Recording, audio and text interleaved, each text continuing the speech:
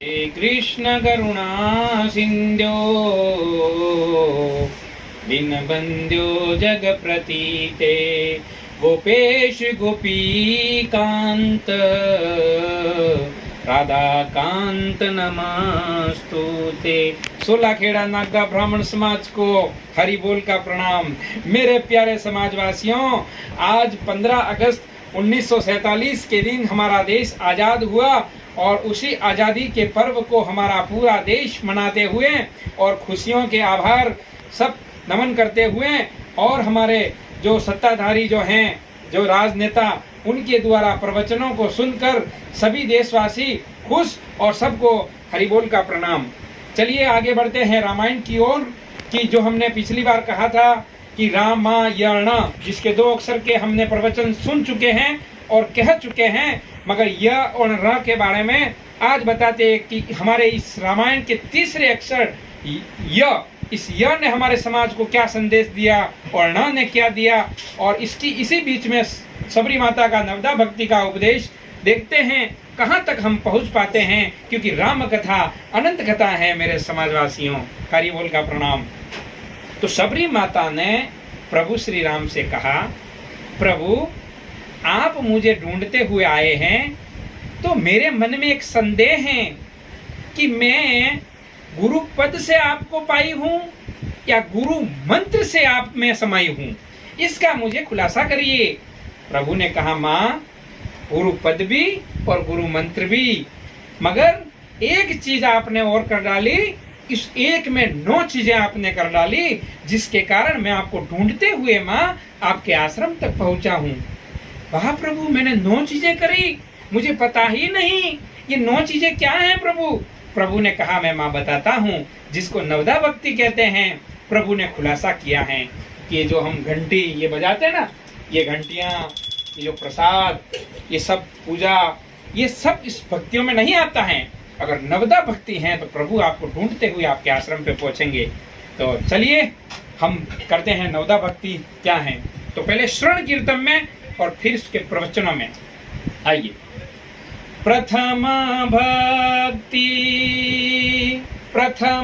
भक्ति संतन संगी, द्वितीय भक्ति हरि कथा, तृतीय भक्ति गुरुपद पंकज, चतुर्थ भक्ति राम मंत्र गुरु मंत्र, पंचम भक्ति देवगुण ज्ञान, षष्ठम भक्ति तनुगण साम, सप्तम भक्ति समदर्शनी, अष्टम भक्ति परिसम प्रसाद, नवम भक्ति सरल स्वभाव, नवम भक्ति सरल स्वभाव। प्रभु मैं नहीं समझ पाई, शरण कीर्तन में नहीं समझ पाई, प्रवचन में कहिए। तब भगवान ने कहा, माँ सुनो कि पहली भक्ति, मेरे समाजवासियों आप भी जरा गौर कर लीजिए कि पहली भक्ति संतों के संग करना है, दूसरी भक्ति हरि कथा, तीसरी भक्ति गुरु पद पंकज, गुरु के पद को पूजना है। देखिए इसमें कहा है गुरु के पद को, गुरु को नहीं। गुरु तो आज कोई तिहाड़ में बैठे हैं, कोई जोधपुर बैठे हैं, कोई कहाँ बैठे हैं, मगर गुरु के पद को आज हम समाज में भी जो मानते हैं ना, तो समाज में हम सोलाखेड़ा नागदा ब्राह्मण समाज के हमारे अध्यक्ष साहब हैं, महामंत्री साहब हैं, तो उनको हम आज एक गुरु के पद को हमारे समाज के कुर्सी को हम धोख देते हैं। बहुत से लोग मुझे कहते हैं, अरे हरि बोल आपने तो यार उनको धोख दे दिया आपने। अरे मेरे समाजवासियों, मैं उस समाज की कुर्सी को धोख देता हूँ। ये पद होता है, उस पद की कदर करना है हमको। तो गुरु पद पंकजम। और चौथी भक्ति जो हमको गुरु ने मंत्र दिया है, उस मंत्र को जाप करना है। पांचवी भक्ति, माँ आपने देव का गुणगान, यानी कि सारे देवी देवताओं का आपने गुणगान किया है। षष्ठी भक्ति तनुगण साम, तनऊ इस तन को, ऊ मतलब उपदेश देना, गण शाम, गण मतलब बंदूक, एक इंद्रियाओं के ऊपर लगम लगाना उस शाम ने लगाई थी। इस हमारी इंद्रियाओं के ऊपर मेरे समाजवासियों लगाम लगा देना, यही सबसे बड़ी भक्ति है। क्योंकि ये शरीर 10 रथ हैं, 5 इंद्रियाएं, 5 ज्ञानेंद्रियाएं। 5 ज्ञानेंद्रियाओं को प्रभु में समर्पित करो और 5 इंद्रियाओं को अपने वंश में करो और फिर प्रभु की भक्ति पालो। ये षष्टम भक्ति है। 7वीं भक्ति बताई गई समदर्शनी। माँ भूल गई मैं किस जाति की हूँ, मैं किस प्रांत से आती हूँ, कुछ नहीं मालूम। और उसने एक समान समाजवासियों को देखा, ये सब मेरे हैं और मैं सबकी हूँ। समदर्शनी, एक भाव से देखो, कोई ऊंच कोई नीच कोई भेद, ये भाव नहीं। समदर्शनी। 8वीं भक्ति, जो प्रभु ने प्रसाद आपको दिया है, जो परिश्रम से आपने जो प्रसाद पाया है, आपके परिश्रम मेहनत से जो फल पाया है, उसी में आप खुश हो जाओ कि जो मुझे मिला है प्रभु, मेरी योग्यता के अनुसार आपने मुझे दिया है। इसके पास बंगला, वो गाड़ी, वो मेरे पास भी आना चाहिए। नहीं नहीं नहीं, आपको जो प्रभु ने दिया है बस उसको मेरी योग्यता के अनुसार प्रभु आपने मुझे दिया है। ये हो गई 8वीं भक्ति। 9वीं भक्ति, सरल स्वभाव से जीवो। जीवन में एक सरल स्वभाव बनाओ। हाँ, ये 55 हजार का कुर्ता और 80,000 50,000 की धोती, जो ऐसा अगर महापंडित हो, पंडित नहीं है, वो एक समाज में बहुत बड़ा ढोंगी समझो आप, ये ढोंगी बाबा हैं। मगर एक सरल स्वभाव, सरल कपड़ा, सरल रहना, सरल खाना, सरल हर चीज जो सरल होती है, सरल स्वभाव से जियो। यही 9 भक्तियां प्रभु ने बताई और उसके बाद अरण्यक कांड को समाप्त करते हैं। और हम अभी आगे चलते हैं मेरे समाजवासियों। यह क्या है? रामायण का 3रा अक्षर, ये यह क्या है? यह एक यज्ञ है। यज्ञ रामायण में टोटल 12 मुख्य यज्ञ है। 12 मुख्य यज्ञ। अब पहला यज्ञ पुत्र प्राप्ति यज्ञ, दूसरा यज्ञ यज्ञोपवित्र यज्ञ नामकरण यज्ञ, तीसरा यज्ञ विश्व कल्याण मिशन यज्ञ, चौथा यज्ञ सीता स्वयंवर यज्ञ धनुष यज्ञ, 5वां यज्ञ सीता सुरक्षा यज्ञ जो पंचवटी में सीता समा गई, 6ठा यज्ञ राम सेतु बांध यज्ञ, 7वां यज्ञ लंका दहन यज्ञ, 8वां यज्ञ इंद्रजीत ध्वस्त यज्ञ, 9वां यज्ञ सीता प्राकट्य यज्ञ, 10वां यज्ञ अश्वमेध यज्ञ और 11वां यज्ञ जो वो है सीता समाप्त यज्ञ, जहां सीता समाप्त हो जाती है।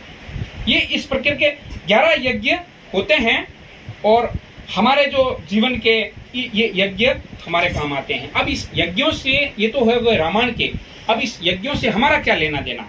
देखिए, जो जीवन में यज्ञ, और यज्ञ एक पुरुष है और स्वा एक नारी है। ये यज्ञ की पत्नी का नाम है स्वा। ये जो हम आहुति डालते हैं ना, स्वाहा, ये स्वाहा, ये यज्ञ देव की पत्नी है।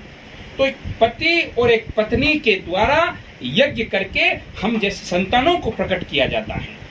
ये पहला यज्ञ पुत्र प्राप्ति यज्ञ बोलते हैं इसे।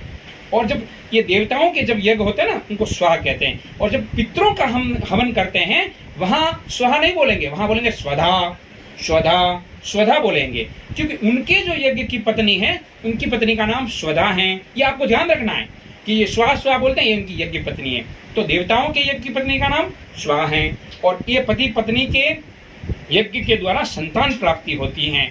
मगर ये यज्ञ सही ढंग से और सही समय पे होंगे तो जीवन में ऐसे यशस्वी पुत्र, समाज में ऐसे यशस्वी पुत्र आएंगे जिस समाज में बने रहेंगे और समाज को बनाए रखेंगे और समाज को आगे ले जाने में बहुत कामयाबी मिलती है।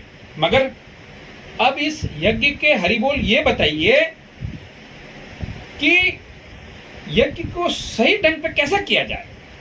वो रामायण वाले चलो छोड़ दीजिए, हमारे जीवन से क्या लेना देना। जीवन में ऐसा है, सुबह से लेके 7:30 बजे तक, शाम तक कार्य को समाप्त करके, कार्य के कर्म को समाप्त करके हमारे ग्रस्त जीवन के धाम को पहुंचना है। फिर थोड़ा स्वस्थ होकर 7:30 से लेके 9 बजे तक भजन करना है। 9 बजे के बाद में रात को ये मंदिर का दरवाजा बंद करना है। 9 बजे के रात को और 9 से लेके 10:30 बजे तक हमें भोजन प्रसाद की छूट दी गई है। ये कलयुग के मंत्र हैं, ये सतयुग त्रेता युग में नहीं, वहां तो अलग ही है। कलयुग में बताया गया है कि 9 से लेके 10:30 बजे तक ही आप भोजन कर सकते हो। उसके बाद 10:30 के बाद भोजन करना व्यर्थ है, कोई अलाउड नहीं है। 10:30 से लेके आप यानी 12 बजे तक आप अपने जीवन की काम वासनाओं की पूर्ति कर सकते हो। उसके बाद 12 बजे के बाद दिल के रास्ते, दिल के दरवाजे को बंद कर दो। और उसके बाद 12 बजे के बाद में पानी भी हमारे लिए अशुद्ध माना गया है। रात की 12 बजे के बाद पानी भी नहीं पीना है। अगर रात की 12 बजे के हम पानी पीते हैं तो शास्त्रों में कहा है वो पानी नहीं, मदिरा है। मदिरा पी रहे हो समझो आप रात की 12 बजे के बाद। रात की 12 बजे का बाद में जो भोजन किया हुआ वो शाकाहारी नहीं, वो मांसाहार भोजन है। वो हमारे देवताओं का नहीं है, वो फिर सब दानवों का शुरू होता है। रात की 12 बजे के बाद हर चीज दानवों की शुरू होती है। और जो रात की 12 बजे के बाद जो हमारा भोजन प्रसाद रहना वहना जो सब कुछ हो गया होगा, समझो इस यज्ञों के द्वारा बहुत यशस्वी पुत्र इस समाज में प्रकट होंगे और समाज को बनाए रखकर समाज को आगे ले जाने में बहुत काम आएंगे। ये यज्ञ की कथा है। और अब आगे हैं जो हम ण पे बात करेंगे अगले संडे। तब तक हरि बोल का प्रणाम। हरि बोल हरि बोल।